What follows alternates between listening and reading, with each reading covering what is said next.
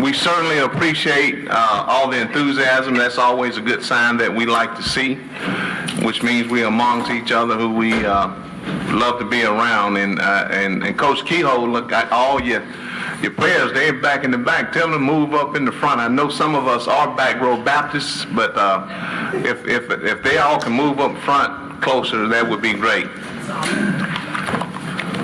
This is you all day, and we want you all to feel special because you are special. With that said, we welcome everyone here. I am calling the meeting to order. This is our first meeting of the month, and we're so delighted to be here, and we're certainly delighted that you all are here. So with that, the meeting is called to order, and at this time I'd like to call on Pastor Alice Hubbard. Is she here? Yes.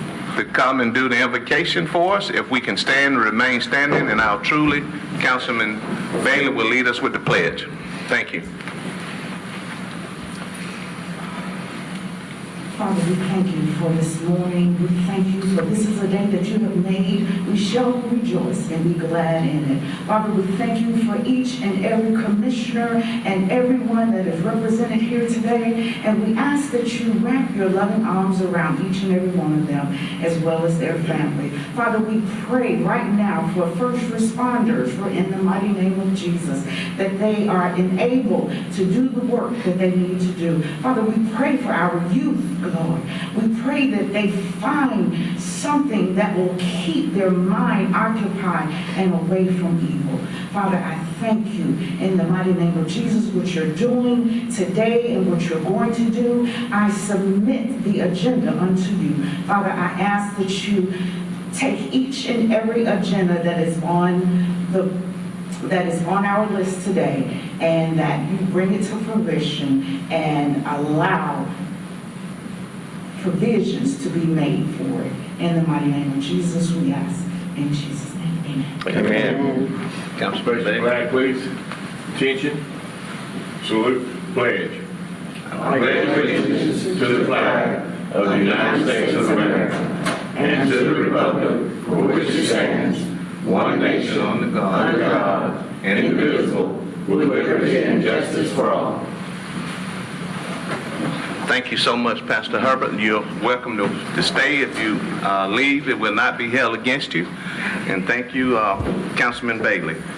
With that, proceeding on at this time, I'd like to call on our city manager, as well as, is Stephanie here? She should be on the way. Probably trying to get a clock out there. I'm going to be running together. Well, we'll go ahead. No problem. This is a highlight for us, and we certainly have some people here that deserve our gratitude, which we are certainly giving to you all. But basically, we want to say a sincerely thank you all for all the times and all the things that you do. So with that, I'm turning it over to our city manager, Wallace Hunter. All right, as we always do the first of the month, we recognize our employees who've been here for a long time. And many go for 5 years, 10 years, 15, 20, 25, all the way up to 30 plus. This morning we have with us Ms. Adrian Lewis for 5 years of service. Adrian, come on.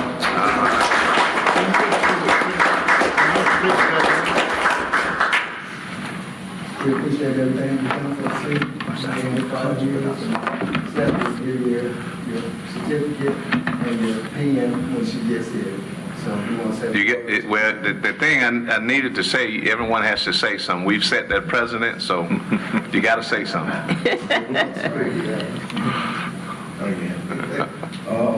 Thank you for the opportunity. That's all I have to say. And that's good. I know that's right. But listen, we do want to encourage you, as you know, and we brag about this. The state of Alabama has one of the best retirements, so we're looking forward to you doing at least 20, 25 more years. Okay? And thank you so much for your service. You're downhill now. Next, we have Ms. Clinton Batchin, 5 years of service.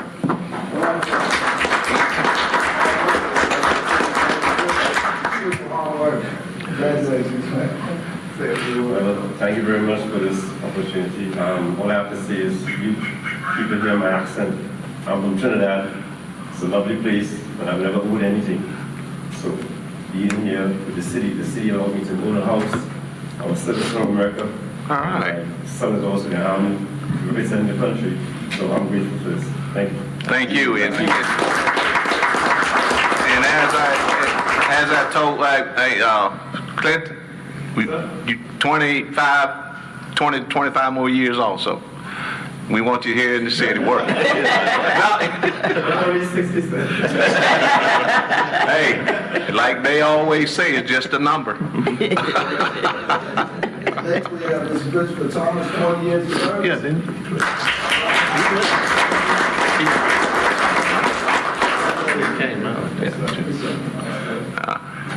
Appreciate the opportunity and the recognition they're trying to give me and getting for the city.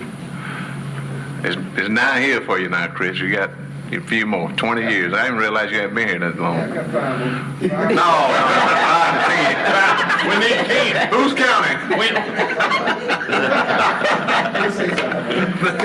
He got 5. You won't get that. You got it down, huh, Chris?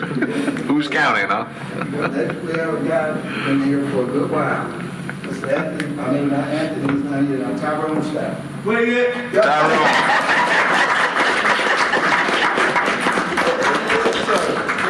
Yes, sir. Tyrone. I got pillows, man. I'll say them all. I'd like to thank all of you that got involved in honoring my colleagues for all the hard work and dedication. But thank you for putting up with me. Thank you very much. Thank you, Tyrone. You almost sound like Rodney Dangerfield when you said that at the end. Well, we had one more, Mr. Anthony Rutledge. I guess we'll get him on the next one. He was off and couldn't be here today, but he has 30 years of service also. Awesome. And on behalf of this council, we do give you all a very sincere thank you all. Just keep doing what you're doing, and as you all do, you service these people of this community, and we appreciate that, and thank you all so much. Appreciate it. Proceeding on at this time, another big highlight, and we stated yesterday, you have to give honor where honor is due. And the first time in history of Central High School, and we did have a debate. I think Steve Bailey is older than any of us up here who graduated from Central High School. So I posed a question to him yesterday, how long has Central been in existence? And he couldn't tell us, but I thought it was 75 to 80 years, but he corrected me and said... I wasn't there the first year. I don't know now. Arthur might have been, but I wasn't. I expected you to say that, Steve. But anyway, in spite of that, whether it's 10 years, 5 years, 20 years, 100 years, being the first is also one of the things that can never be taken away from anyone. And so with that being said, at this time, we would like to call for the clerk to read the proclamation. And after she reads the proclamation, we will ask Coach Kehoe to come up and say a few words. And we do have a proclamation, Coach, for each of the players. And to these players, we want you to cherish this, because I can tell you, any of us who play sports, and a lot of us up here did, and we know that Councilman Gordy was the first state championship in football, the quarterback, so he could tell you, along with a lot of us, that there's something you will never forget. And the bond that you created with each other is the memories that will carry you, and something that you're going to always talk about. So with that, we don't want you to forget that, and we certainly don't want you to forget where you're from as you go out, not if you become successful, but when you become successful. Just do not forget Phenix City and where you got your start from. So with that, I'd like to call upon our city clerk to read the proclamation. Mrs. Lee. Yes, sir. Whereas on Saturday, May the 21st, 2022, the Central High School baseball team won the school's first ever baseball state championship. And whereas the Central High School baseball team ended the regular season with a back-to-back Area 4 title and advancing to the state playoffs, defeating Enterprise High School in the first round, Baker High School in the second round, Auburn High School in the semifinals, and Hewitt-Trussville High School in the AHSAA 7A championship. And whereas the very talented baseball team was under the leadership of head coach A.J. Kehoe, assistant coach Bart Butler, assistant coach Eric Skinner, assistant coach Johnny Eaton, assistant coach Q.T. Trotman, assistant coach Rhett Jones, assistant coach Jeff Henry, assistant coach Courtney Jefferson, assistant coach Troy Jackson, and assistant coach Richard Harrell. And whereas the team members of the 2022 Central High School baseball team are Brooks Barbary, Brody Capps, Zach Gibbs, Griffin Griggs, Hart Hughes, Caleb Johnson, Noah Mills, Caleb Nix, Landon Russell, Bryce Sanders, Holton Warren, Hayden Whippert, Preston Bedford, Carson Gilly, Jackson Lee, Tripp Richards, Jax Yoxheimer, Landon Beaver, Kason Page, Thomas Sims, Hunter Whippert, Brewer Woody, and Kyle Matthews, manager. And whereas the state title win was a team effort with everyone contributing in one way or another to achieve this monumental goal, their fellowship, dedication, hard work, and perseverance serve as an example to all student athletes in our community, both present and future. Now, therefore, I, Eddie N. Lowe, as mayor of the city of Phenix City, Alabama, and on behalf of the city council, do hereby proclaim Tuesday, June the 7th, 2022, as a day to honor Central High School baseball team 2022 AHSAA 7A state champions in Phenix City. Thank you so much, Ms. Lee. Coach Yes, sir. Kehoe and all your players that are here.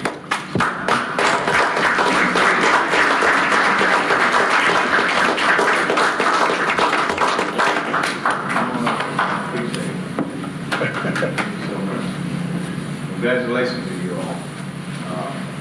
It gives us great pleasure to be able to give you, as the head coach, this proclamation.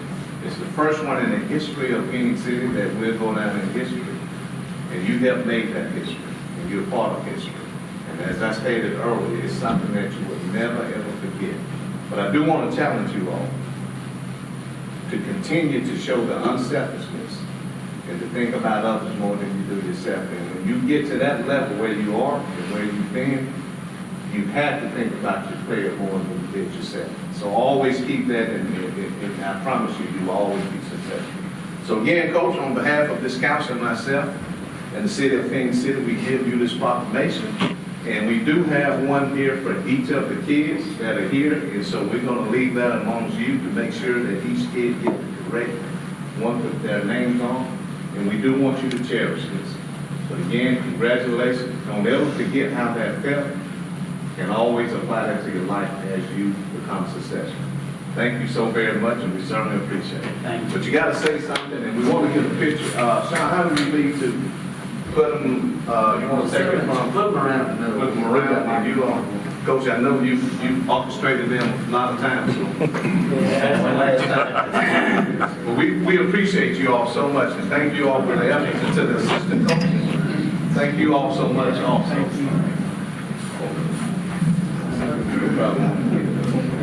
Maybe we got to say a few words. Yeah, I will. After the picture. Yeah, okay. Is that fine? Yes, sir. There, come in the picture. Huh? Come in the picture. Right here. Yes, sir. Team 6. Y'all all in there, man. Good. All right, y'all up here. Y'all probably have plenty of these later. Deservingly so.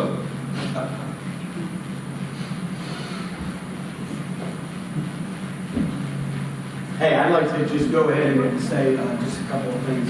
First of all, thank all of you for recognizing us, taking the time to do so. It takes a city. It really does. It takes a village. Everything that we're doing, trying to create quality young people, and I just want to personally thank everybody for your support on a daily basis. and for our school system. It was a difficult road. It's tough to get there. But what this club was able to do, I'm extremely proud of them, just like everybody in this room. I just wanted to personally thank all of you for taking the time to recognize them and for all your support on a daily basis. Thank you. Thank you, Coach. Congratulations, guys. Thank you all so much. Thank you, Coach, and Thank you. players. Don't ever forget that feeling. Thank you all so much. You all are welcome to stay. It will not be held against you all if you leave, okay? But we don't want you all to forget where your start come from. Thank you all so much. Proceeding on now, council, I'm the city clerk. At this time, I'd like to ask for a motion for the approval of the regular scheduled meeting minutes for the work session on May 16th, as well as the council meeting on May 17th. May I have a motion, council? Motion to approve. All right, we have a motion by Mr. Day. May I have a second? Second, Mr. Gordon. All right, I'd like to call for the vote. Mrs. Lee? Yes, sir. Councilmember Day? Yes. Councilmember Johnson? Yes. Councilmember Bailey? Yes. Councilmember Gordy? Yes. Mayor Lo? Yes. Thank you. Thank you. Proceeding on, council, on the city council, are there any unfinished business? Since there does not seem to be any, would like to proceed on council with the resolutions.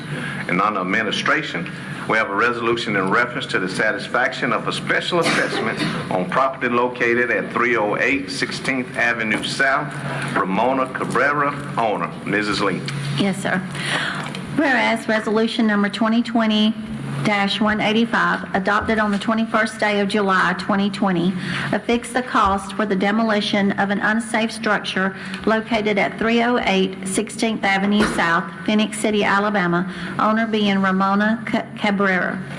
A special assessment was filed against the property taxes in the amount of $4,000 to be collected by the Russell County Revenue Commissioner. Said special assessment having been recorded in Volume 136, page 119, in the Office of the Judge of Probate of Russell County. And whereas the full amount of $4,200, which is the $4,000 plus interest of $200, was paid to the city of Phenix City, Alabama on May the 13th, 2022, and said special assessment is entitled to be removed.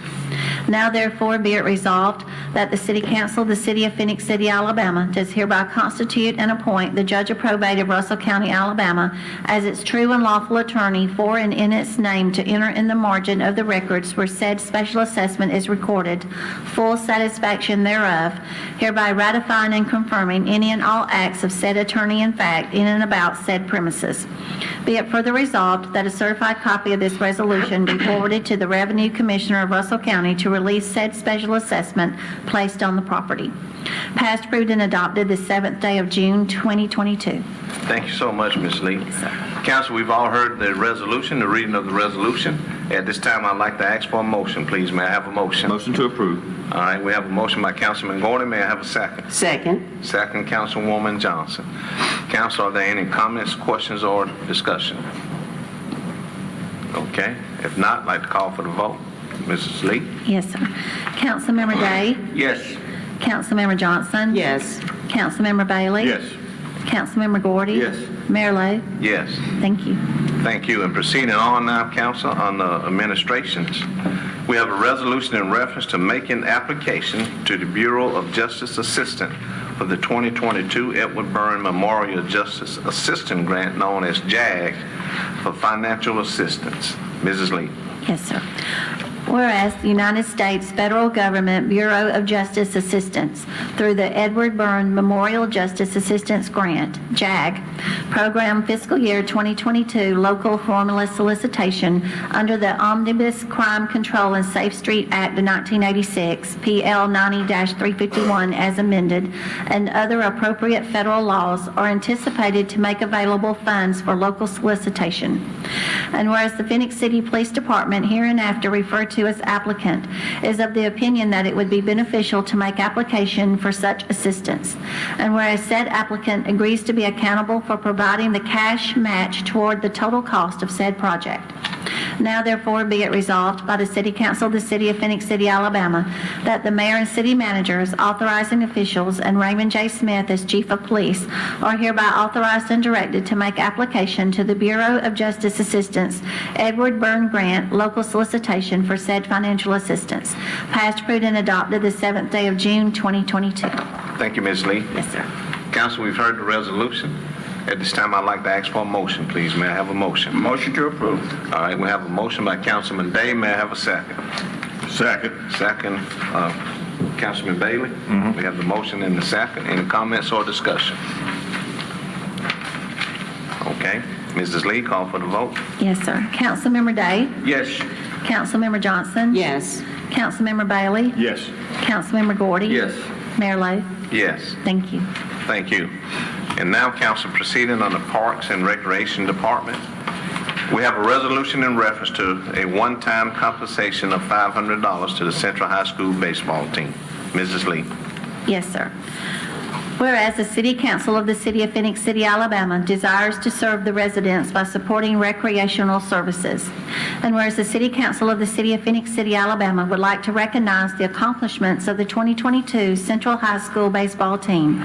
And whereas the Central High School baseball team finished the regular season capturing their second straight AHSAA 7A Area 4 title. And whereas the Central High School baseball team defeated Enterprise High School, Baker High School, and Auburn High School to advance to the state championship series in Jacksonville State University in Jacksonville, Alabama on May the 21st, 2022, where they defeated Hewitt-Trussville High School to become the 2022 AHSAA 7A state baseball champions. Now therefore be it resolved that the City Council of the City of Phenix City, Alabama wishes to make a one-time compensation of $500, provided funds are available, to the Central High School baseball team to defray costs associated with the advancement to the state championship series. Be it further resolved that the City Council of the City of Phenix City, Alabama does wish to congratulate the Central High School baseball team on their successful season in winning the school's first ever AHSAA 7A State Baseball Championship. Passed, approved, and adopted the 7th day of June, 2022. Okay, thank you, Ms. Lee. Yes, sir. Council, we've heard the resolution. At this time, I'd like to call for a motion, please. May I have a motion? Motion to approve. All right, we have a motion, Councilwoman Johnson. That's the second, Councilman Gordy. We have that, Mrs. Lee. Yes, sir. Okay, we have the motion in the second, Council. Are there any comments or discussion? Okay, Mrs. Lee. Yes, sir. Councilmember Day? Yes. Councilmember Johnson? Yes. Councilmember Bailey? Yes. Councilmember Gordy? Yes. Mayor Lo? Yes. Thank you. Thank you. And now, council, proceeding on the conditional use. There's an application for conditional use approval submitted by Brookhaven Property Group, LLC, to add an additional of 18 units in parking at 1805 Knowles Road. Mrs. Lee. Yes, sir. This letter is from the Planning Commission Chairman, Phoenix City Planning Commission, and the Secretary. May the 25th, 2022, Mayor and City Council members. Conditional use, 1805 Knowles Road, Brookhaven Property Group, LLC owner. The Planning Commission of the City of Phoenix City met on Tuesday, May the 24th, 2022, to consider the request of Brookhaven Property Group, LLC, for conditional use of the property located at 1805 Knowles Road. The applicant wishes to add an addition of 18 units and parking. It is the recommendation of the Planning Commission that this request for conditional use be approved by the City Council. Signed, Chairman Pat Howard and Eliza Phillips, Secretary. Okay. Thank you so much, Mrs. Lee. Yes, sir. Council, we've heard the reading of the application for conditional use. At this time, I would like to ask for a motion, please. May I have a motion? Motion to approve. All right, we have a motion by Councilman Day. May I have a second? Second. Second, Councilman Bailey. Council, are there any comments or discussion? Okay. Call for the vote. Mrs. Lee? Yes, sir. Councilmember Day? Yes. Councilmember Johnson? Yes. Councilmember Bailey? Yes. Councilmember Gordy? Yes. Mayor Lo? Yes. Thank you. Thank you. Proceeding on, council, on the board appointments, we do have one opening on the Industrial Development Board. And at this time, I would like to open it up for any nomination due to the fact that the person that has served the past few years do not want to serve again. So with that being said, council, I am opening up for a nomination to appoint a citizen to the Industrial Development Board. Any nominees? Mayor, at this time, I would like to nominate Linda Key. Okay. Okay. I would like to close that nomination out. At this time, are there any others that the council would like to nominate? So with that, we are closing the nomination out, and at this time, council, I would like to ask for a motion to appoint Mrs. Linda Key to the Industrial Development Board. Motion to approve nomination. All right, we have a motion for Councilman Gordon. May I have a second? Second. Second, Councilman Bailey? We have the motion and the second. I'd like to call for the vote. Mrs. Lee? Yes, sir. Councilmember Day? Yes. Councilmember Johnson? Yes. Councilmember Bailey? Yes. Councilmember Gordy? Yes. Mayor Lo? Yes. Thank you. Thank you. At this time, we would like to turn it over to our city attorney, Mr. Jimmy Graham. Morning, Mayor and Council. We have 4 claims on the agenda today. The first claim is filed by Walter L. Gray III and Jeremy W. Armstrong. They own property located at 1305 14th Street, Phenix City. They were in the process of leasing this property with the option to purchase to a company, and they were wanting to open up a business that's not approved or not acceptable under our rules and regulations. And I'm going to recommend we deny the claim, and I'll direct them to file a petition for a variance in front of the Board of Zoning and Appeals. Okay. Council, we've heard the recommendation from our attorney. I'd like to ask for a motion, please, for approval. Motion to approve. All right, we have a motion by Councilman Gordy. May I have a second? Second. Second, Councilman Day. Mrs. Lee? Yes, sir. Councilmember Day? Yes. Councilmember Johnson? Yes. Councilmember Bailey? Yes. Councilmember Gordy? Yes. Mayor Lo? Yes. Thank you. The second claim is filed by Yvonne Porter, lives at 24A Ponderosa Drive, Phoenix City. Date of the incident was 3/18/22. Location was LP Style off 10th Avenue South. This claim is for damages to her front tire and rims. She hit a pothole as she was driving through the LP Style apartments. You've got the memorandum from our department head that states that the Public Works Department was not aware of the pothole being there.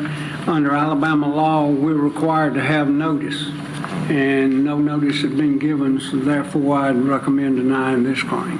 All right. Thank you, Mr. Graham. Council, we've heard the recommendation from our attorney.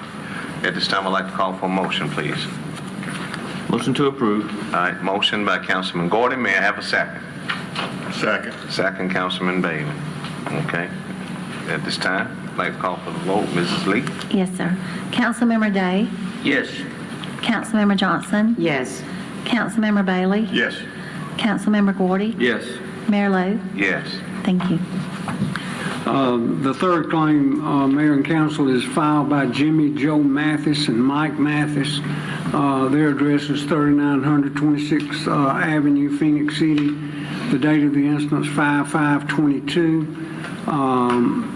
The location was US 80 East. They had a broken windshield. They claimed that a rock fell from a City of Phoenix City dump truck and cracked their windshield. You've got the memorandum from the department head that they did an investigation. They talked to the truck driver, and his statement was that the truck didn't have anything in it when this allegedly happened. So based on that, I'm recommending that we deny this claim. Okay, thank you. Council, we've heard the recommendation. At this time, I'd like to call for a motion, please. May I have a motion? Motion to approve recommendation. Okay, motion, Councilwoman Johnson. May I have a second? Second. Second, Councilman Day? Yes. We have the motion and the second. At this time, council, I'd like to call for the vote. Mrs. Lee? Yes, sir. Councilmember Day? Yes. Councilmember Johnson? Yes. Councilmember Bailey? Yes. Councilmember Gordy? Yes. Mayor Lo? Yes. Thank you. The fourth and final claim on the agenda today is filed by Magic Rains. This person was involved in an automobile accident where they ran a stop sign. They have filed this claim. We've got photographs from the police officers. It's clear to me, and I think it's clear to all of y'all, that you can see that stop sign. And, someone's inattention is not a basis to make the city liable for this. And based on the photographs and the police report, I recommend denying this claim. All right, thank you, Mr. Grant. Council, we've heard the recommendation from our attorney. At this time, I would like to ask for a motion, please. Motion to approve recommendation. All right, have a motion from Councilman Gordon.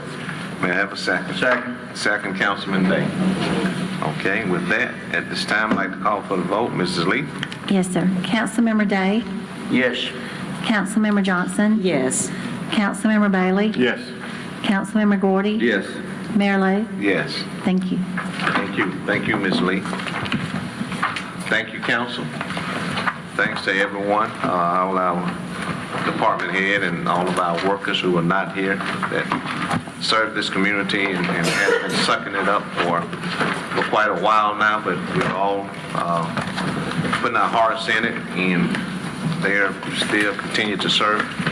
And everyone knows the situation that we have throughout this country, more or less here in Phenix City. We all are having to deal with the same thing with the lack of workforce. We had a discussion yesterday, and we just pray and hope that the community realize that they will continue to get served. It may not be as expedient as it once was, but I promise you this too shall pass. So we ask that everyone continue to stay prayerful and faithful, and it will pass. And just please understand, when the council, when you call your representative and they tell you that, what our situation is, which is throughout this country, just please understand it, and please just hold on for a little while, and I promise you this too will pass. So with that, thanks to the department head, all of you for what you do, and just continue to encourage your people. And so with that, with the council, is there anything anyone like to say, add, or take away? Mayor, I would like to add some additional just congratulatory comments to the baseball team. That's a milestone. First time in the history of Phenix City Public School baseball team. So we are not only producing through our school system educated individuals, but educated athletes as well. A lot of them go on to play pro ball, and that's what it's all about. So, and everybody has a part in that as a community citizen. So again, congratulations to those history makers, and we wish them much more success throughout their careers through Central High School. And I was just looking back, 90 years of service that just came through this morning from Phenix City, the city of Phenix City workforce and careers. 32, a couple of them, 30 years of service. And so does that say a lot? Yes, it makes a bold statement that the city is one of the best places to work. And so we congratulate all of those individuals that is dedicated and committed to making Phenix City their home, not only their home, but their place of work. So congratulations to those individuals. 90 years of service. I was just happy to see that. And at the same token, we are, as the mayor has stated, and the discussion that we had on yesterday, we are continuously hiring for a lot of positions right here in our city, right here at the city of Phenix City. So as Stephanie on yesterday, you can apply online, or you can come into the office on Broad Street to apply for multiple jobs. So we encourage people out there, if you know someone or you're interested in working, not really working, also just getting a career started, a new career perhaps. So come in and apply, because as she has stated on yesterday, we got a lot of jobs available, and we would love to fill those. And Mayor, on last Friday, I got a text and to wear orange, and I did on last Friday, and a lot of people across the United States wore orange, the color orange, on last Friday to bring more awareness to the gun violence that we have in our country. I said on yesterday, we go to bed and we hear about individuals that have been killed through gun violence, and I wake up hearing some, more. This past weekend was one of our deadliest, force, with gun violence, according to the news.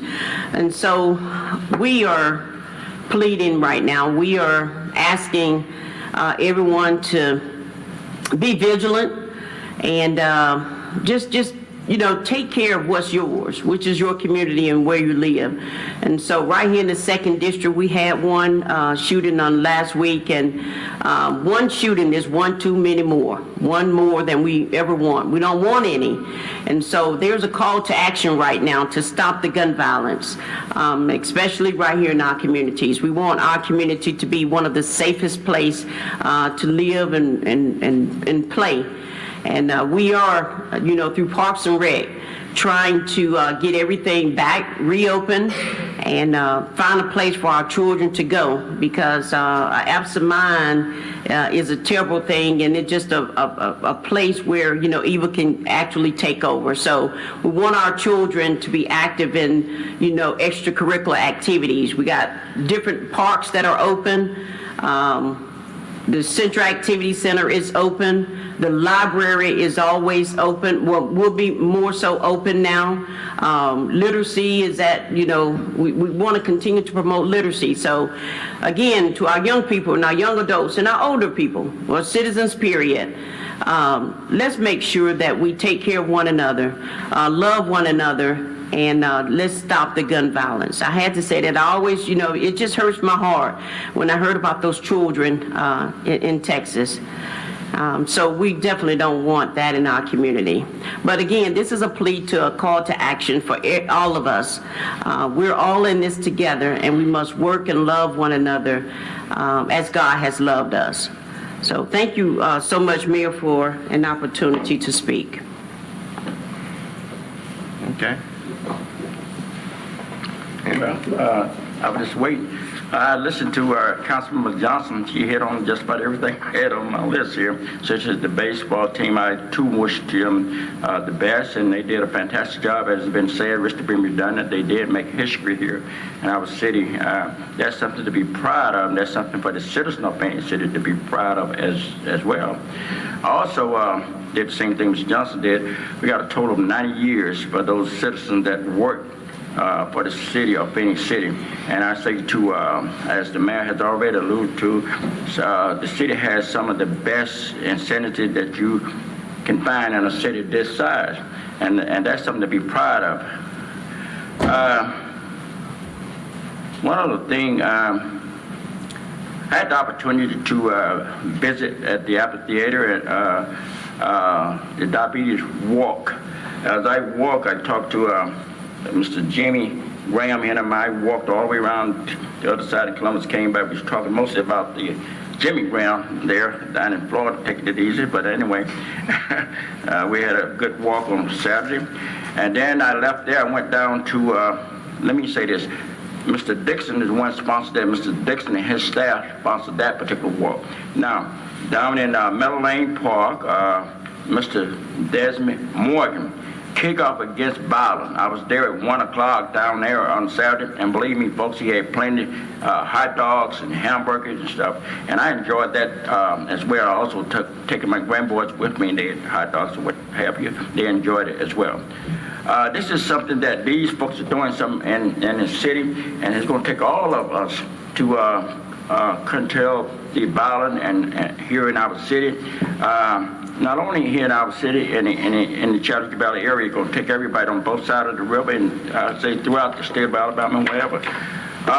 As Mr. Johnson touched on the violence, what happened in Texas, we were watching the news at the time that happened, and it really touched my heart as well. It really touched my wife. She sat up there watching, and she started crying. And I had to cut the TV off. For a lady had stayed in teaching for 44 years in elementary ed. She said, those children. I went and cut the TV off because she had a problem with that, and I do too. But this is something that we must pray. We must pray, because remember, this prayer can go where no other can go, and that's something that we got to do. We got to pray, and what we need here, we need love, and we have love in our heart. These things wouldn't happen. It would not happen. All we need is treat everybody right, like we wish to be treated. That's what we got to do. Thank you, Mayor. I didn't mean to get all into that, but thank you. Okay. Anyone else? Okay, if not, I have a couple of Mr. things. Hunter? Yeah, while we're on broadcast, I'm going to have Stephanie come up in a few minutes and go over a few things so the citizens can understand what we're doing as far as from employment standpoint and what's happening around the nation, so they understand they're not left alone, that it's inclusive of everybody throughout the United States. But first I want to say something about this area, looking at what's going on in the baseball team. People need to understand something. This area, it's a lot of good programs going on for the youth, and they're taking a lot of them. Start with Russell County. No matter what anybody think about or thought about Tony Rathmans is an excellent coach. Before we had a love of football and basketball and everything else, we're baseball players. And it's dear and near to the heart. Now, Russell County, we need to pray for their program. They're starting back up. They have great facilities, and they're going to do well. On the other end of town, we have Coach Phenix. Mm-hmm. And they were very close to another championship this year, and he's had several. Mm-hmm. Excellent, good coaches. Today, we recognize another fella that's joined that group now, Coach Kehoe. That family is a family education. My son, his wife taught BJ. And still, that's a closeness with him, with her, what that family has done. But Coach Kehoe is known as a nice guy. When we came up, you remember they say nice guys finish last? Well, we got one here to finish first, and his team. So that is wonderful what we have going on in this area as far as that particular sport. It's real good. And don't forget about the ladies and what they've done this year and what they produced. But what Central has done this year is outstanding.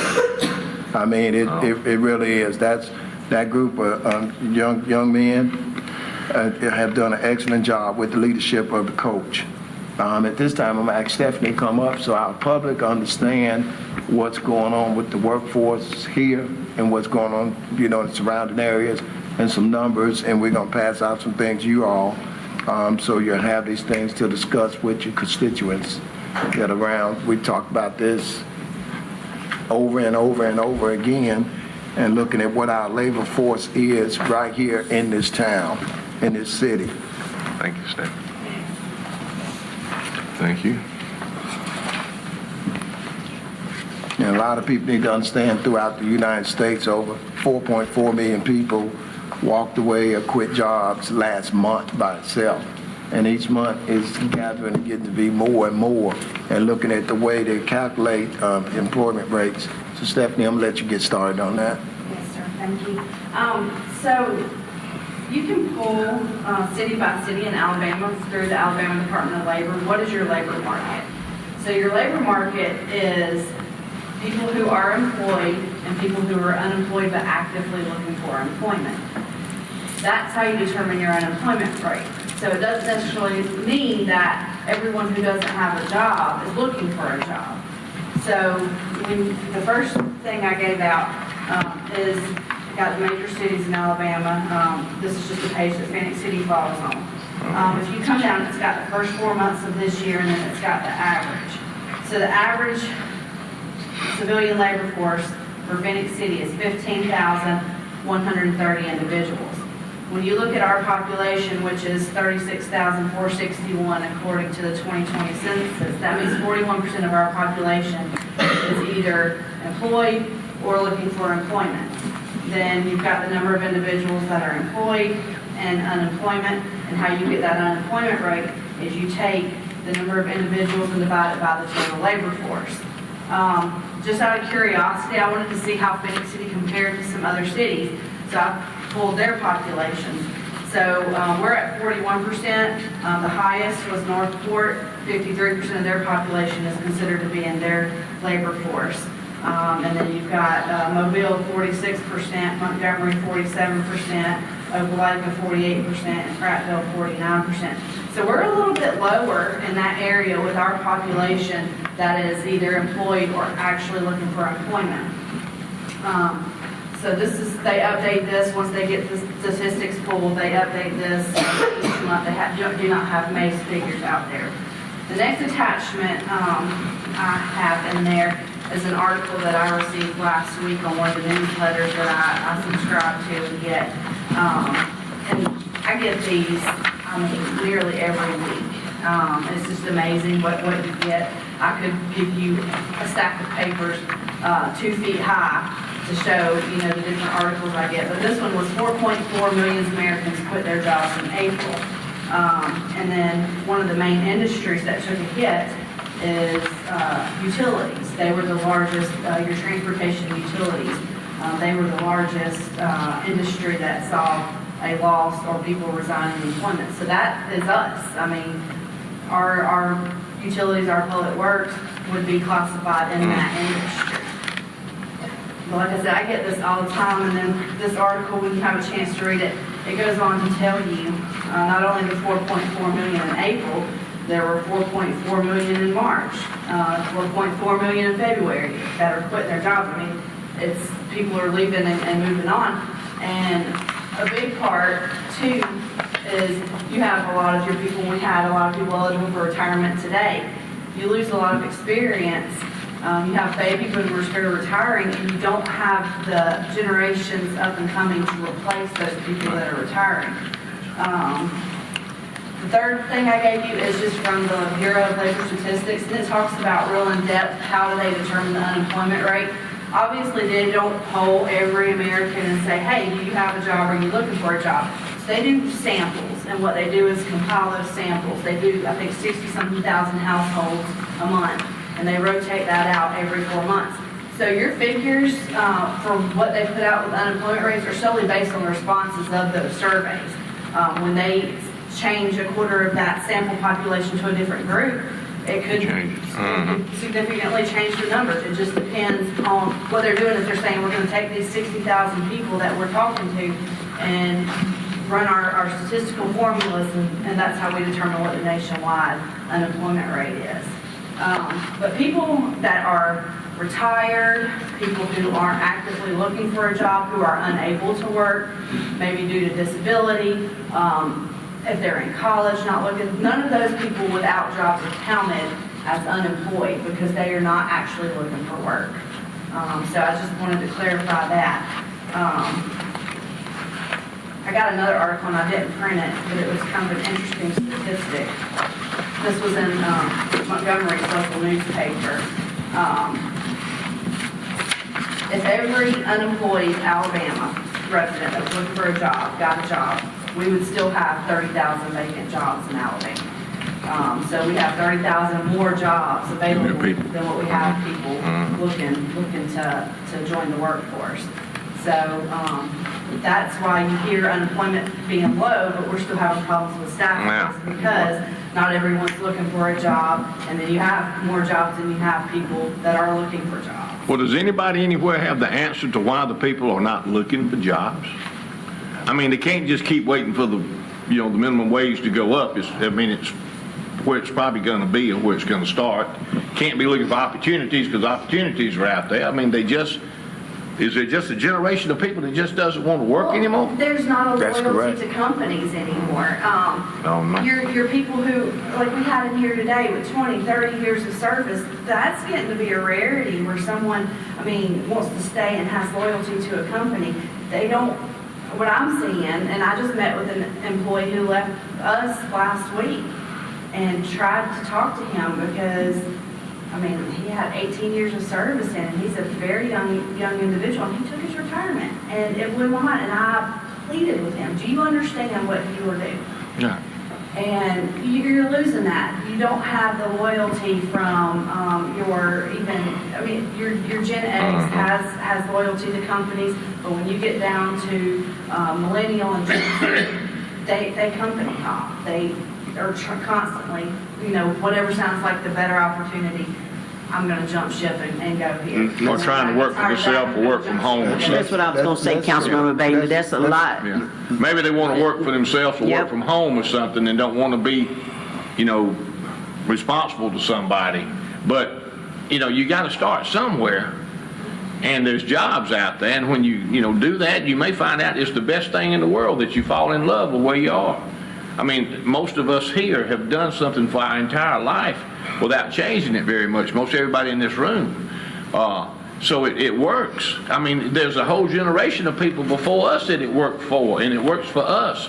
And the generation behind us, I don't understand why the new generations can't see that, just because something is older or the way that you do something is, gone by the wayside, being loyal to a job or being loyal to your profession, whatever you choose to do, it's not wrong.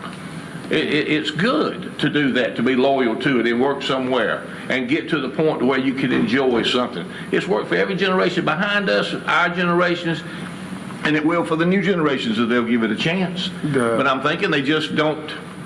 They're looking for immediate gratification or something. I don't know what they're looking for. The moral fabric of our society is deteriorating. That's what's got to be rebuilt. It sounds corny, but it's for real. And that is the problem. People are not built or structured the way they used to. Unfortunately for the city, over half our employees are outside workforces. They can't work from home. You have to have people with boots on the ground to service our residents. That is a fact. That's what's in place, and that's part of the problem that we're having and that they're having throughout the United States at a time that we're looking at where you have the federal government issuing out tons and tons of funds for infrastructure. That's a labor-oriented job tax. So when you don't have that, you have problems, and it's becoming our turn. We got away with this, and I informed you all over 2 years ago what was going to happen to us. We did good there for a while, and they're still fighting every day to make sure we can get our workforce back up. Well, there's job hopping from one system to the next. We're just a part of that, and we're doing everything we can to fight that. But I wanted to make sure that we got this information put out for whoever's listening on TV, because a lot of people can get a great start up in their careers and move up like a lot of the people they've seen today. The value and the proposition that we show people used to work with retirements, with the benefits, insurance to take care of their families, all kinds of different savings, RES1 that you could get in, that used to sell.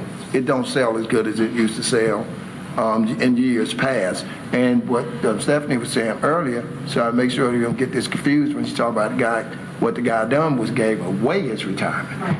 Yeah, that's what I was thinking. He's not worried about tomorrow. Yeah.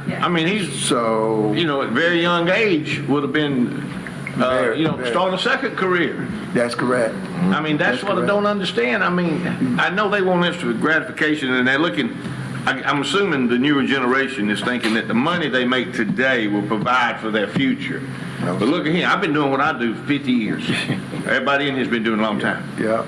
The money you make today don't provide for your extended future. I wish people could understand that. That's correct. It does provide for today. That's correct. And what you may have. But your extended future, you cannot see what the cost of something is 20 and 30 and 40 years down the road. That's right. You can't see what medicine, medical is going to cost you, Yes. what homes are going to cost you, what the dollar's going to be worth. You can't see any of that. That's right. And your income, I can promise you, I don't know what you have at this point in time, but when you get older, your income is not the same when you retire. So you need those benefits. You need that certainty, that assurity, that guaranteedness.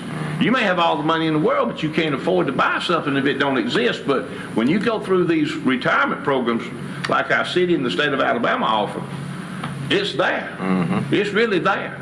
And you can sit back and enjoy that and know that it's secure, just, that it can't be taken away from you. But when something costs more than you can afford, it can be taken away from you. And that's positioned someone like myself, the self-employed, and maybe like Jimmy over there, the self-employed, and Griff and us. There's no certainty down the road on that.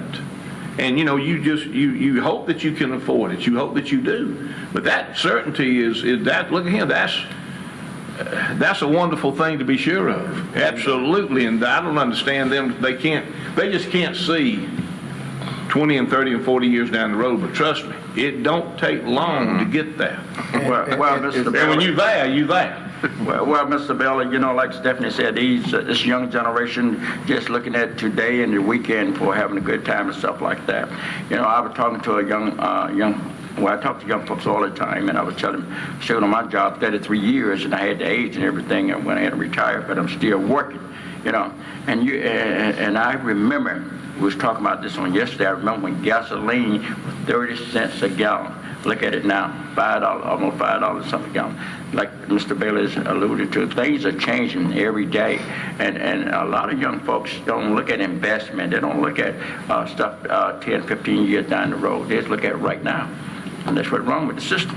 And there's people that's trying everything they can. It's just got to be, a lot of people just come together and steadily try, because it's difficult right now in trying to teach people these different concepts and get them to understand that, because the burden that you're putting on America, and I'll say America, I don't just say Phenix City, we talk about the entirety. It's everywhere. And the attitudes that we have, and you can't blame it or look at one entity and say, well, what we're doing in the churches, what we're doing in the school system, what we're doing at home. You got to look at the whole collaborative thing where people are, at some point, are going to have to come together in a supportive manner for supporting these things, how you bring people through and bring them up, because with information technology, there's a lot of bad influence out there also, where people are listening to and what they join those groups, a great resonation and all this. That's nothing to be proud of. So we just want to make sure we can do the things we can do here to try to provide the services we have to, and I appreciate that, Stephanie. Appreciate you bringing those figures.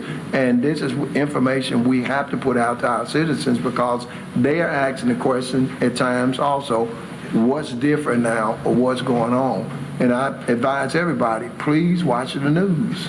Please read the newspapers. Please understand and look at your surroundings, what's going on. A lot of times you don't have to ask these questions, because you can see, and what that brings to you is an understanding of what's happening. And you're not hearing that from me or a council member, anybody else. You're looking at the world. I understand, just like Ms. Bailey asked a few seconds ago, what's the answer? How do we fix this? It's going to take a lot of good people come together to take a look and say, we're going to have to stand in this manner. That's even dealing with what y'all brought up before, the violence, gun control. If we had power to know somebody was going to do something wrong, we would stop it. It wouldn't be any violence. No. But we don't possess that. God then bestowed that upon the chief, the police chiefs, myself, anybody else. Those are things, we do everything we possibly can in the preventive mode of things, but it's a lot of things that's got to change coming forward for us with the school systems and everything else that we're going to be put in place over the next several months. As far as federal funding coming down and what we have to do, looking abroad, but looking right here in Phenix City, in this Columbus area, what we're going to have to put in place, and it's some checks and balances and laws that wherever, if you have preventive laws at the federal and state laws that prevent local laws from being enforced, that's a problem. And we have those problems. The things that's going down, you send a police officer out there and with the hands tied behind their back for enforcement. So it's kind of difficult, but we're going to continue to work to get those things taken care of and try to do the best we can. That's where we are right now. That's the state of the city. Well, the people need to understand too that our HR department's working as hard as they can That's correct. to hire people, put the message out there, and just like Miss Stephanie said, she worked very hard to try to keep an employee. That's right. From what I That's correct. believe to be too a grave mistake of giving up 18 years of employment somewhere. If I'd been somewhere 18 years, look, that had to run me out. Because I wouldn't give up anything if I was that close to being, finished somewhere. They make some tough decisions sometimes. We ran across that, and the reason why it was difficult, we see people do a few things and it gets worse. I've been here and seen a person give up, he could retire at 50% at 25 years. He quit at 24 years and took all his money out. He came back some years later. At that point in time, he had the age of 60. At that point in time, all you had to be is 60 and 10 years of service, and you retire. Yes. Your percentage is lower, but you still qualify. He worked 9 years that time and quit and took his money out. So people in the public were saying, this guy worked for the city all this time, the city didn't give him retirement. I said, you're going to have to know the whole story, how this plays out. What people do. People make rash decisions sometimes, and we've seen it in the worstest ways. And sometimes people will come here and stay at young ages where they qualify, and everything from that particular time is gravy. Well, Mr. Hunter, a lot of folks depend on Social Security, and they were saying in the national news this week, Social Security in a few years is going to be broke. Well, they don't say that for a lot. I doubt that. As long as people still working, they might mismanage it and they might look at it certain ways, but it's going to be hard. To me, it's going to be hard for that to go. They're saying that they don't manage it. I understand where you're coming from. They don't manage it right, but when you have, it's a difference. People look forward to that, and that's a great thing. True. But when you have a pension job, like our employees have, you can't beat that. This is one of the last great pensions that you can have as far as providing for yourself and your family. And if something happened, you know your spouse or your kids would be taken care of with your percentage, whichever way you line it up. You cannot beat it. It's times if you talk to career people and the advice I give to them, sometimes things may get rough. But you got to think about that investment that you have. And you make adjustments to get past those rough points, because you're thinking about the future. And you have to think about that if you think about your household and everyone else. Those are things you have to kind of stay, well, you believe in prayer or not, you stay prayed up, or just plain old thinking power. And you know that comes from whether you want to address it or not. But you're fortunate to have that. And we're fortunate and we've got a lot of people that's thankful for that. And that's my advice. That's the counseling that I try my best to talk to people about. The city of Phenix City has given a lot, and I've been through every retirement system that they had in place here. We used to have our own for public safety that was in place that went bad before they went on to the state and joined that. I didn't mean to interrupt you, but I was smiling because when you brought back memories when I was out there on my job and night taking the training and everything, and I had a son off at college, and I had my daughter in high school and stuff like that, and I had bills to pay at car notes. That's correct. I had been out there 16 years at the time. I went in the bathroom and cried. I had to get past that. I came back out there on that job and went to work because I knew what I was up against. I had a kid in college. I had bills and kids in high school, stuff like that. These are things you got to take under consideration. You got to go in there and think about what you're going to do. And I was speaking we had a department head meeting yesterday, and I know we got to go. We're on the air. Oh. It's the training of people. I'm the fifth kid of 8 in my family. My parents, and I give them a lot of credit for that, they trained us to live in this society. They trained us to be productive citizens. I hope the greatest reward that I given my parents, that I gave them before they passed away, was to see me self-sufficient. That's one of the greatest things that you can do for your parents, so they don't have to worry about you at all, that you could be taken care of when they bring you on this earth. So it's the things that we have to try to teach a lot of these young people to take a look at, the goals that they set, and they should should set for themselves and their families, the reward is no greater than that. Thank you. Okay, thank you all so much, Council. You know, we heard a lot, and all those things are factual. And there's a lot of things happening in this country, and you know, in this world. But what I always say at the end is that let us all learn how not to be. There are great people here in Phenix City, and we have to continue to set the example, not just for Phenix City, but for this state and for this country. And we all believe in Phenix City. We all believe in the citizens of Phenix City. And for the ones that do not want to do right, we still have the fiduciary responsibility to act right.